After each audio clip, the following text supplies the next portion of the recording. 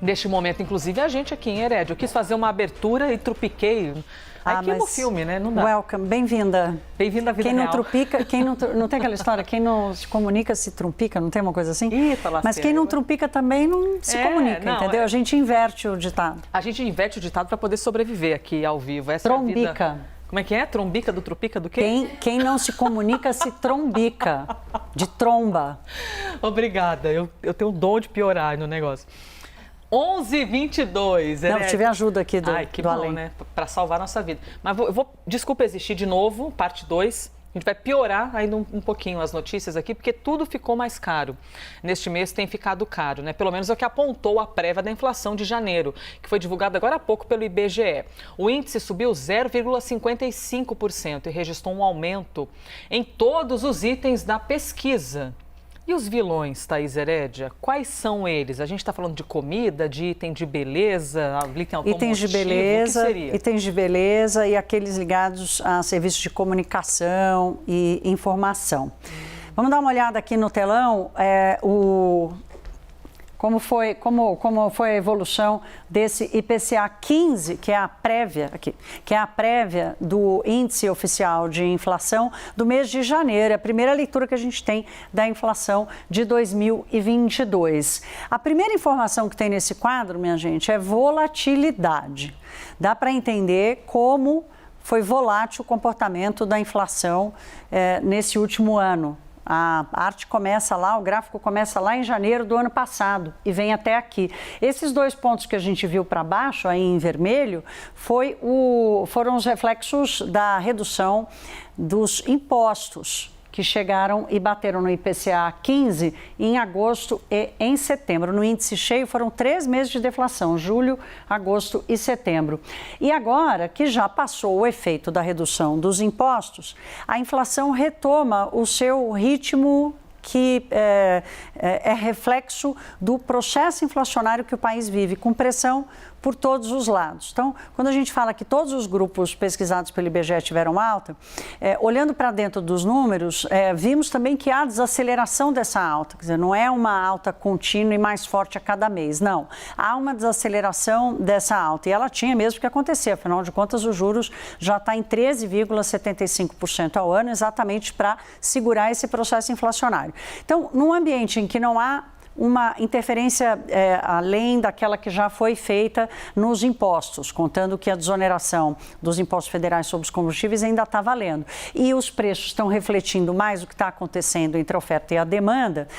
O que os economistas estão mostrando é que há ainda uma pressão forte dos preços de alimentos, é menor, dos preços de cuidados pessoais, que também é menor, mas ela deve se manter assim ao longo do ano. Eu conversei agora... peraí, antes da gente... de eu voltar para lá, Elisa, eu quero trazer uma informação aqui que a gente trouxe ontem. Vamos repetir aqui, porque o Boletim Focus de ontem, que traz as estimativas dos analistas sobre os principais indicadores da economia, ontem nós vimos que a expectativa para inflação, para o IPCA de 2023, acho que aqui está trocado, subiu para 5,84%.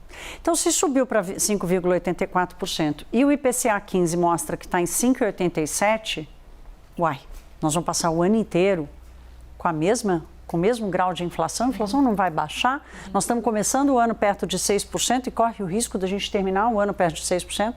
Eu conversei com o André Brás agora há pouco. André Brás, que é economista conhecido, responsável, por exemplo, do cálculo do IGPM, que é o Índice Geral de Preços de Mercado, calculado pela Fundação Getúlio Vargas.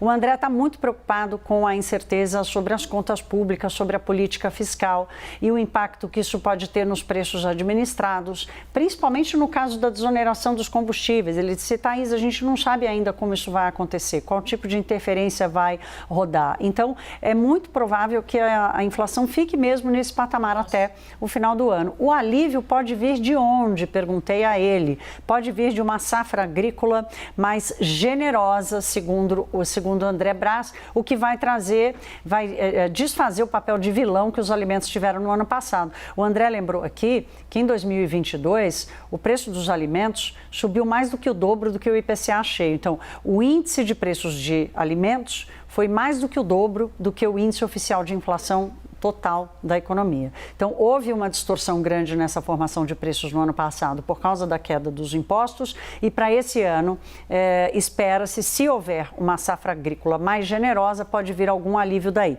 Mas a tendência, Elisa, é que a inflação se mantenha pressionada nos próximos meses. Você sabe que eu perguntei no começo do jornal, lá pela hashtag LiveCNN Brasil, gente, conta lá o que vocês estão achando, quais produtos aumentaram mais e não aumentaram. Aí vieram duas questões bem interessantes, eu acho que você que está assistindo vai se identificar. Disseram assim, a pior parte nem é o aumento, que é ruim, mas a diminuição da embalagem dos produtos. Porque você vê as embalagens ficando menores, o preço igual e depois o preço aumentando. Quer ver? Olha só esse comentário aqui, estão dizendo, papel higiênico de 20 metros...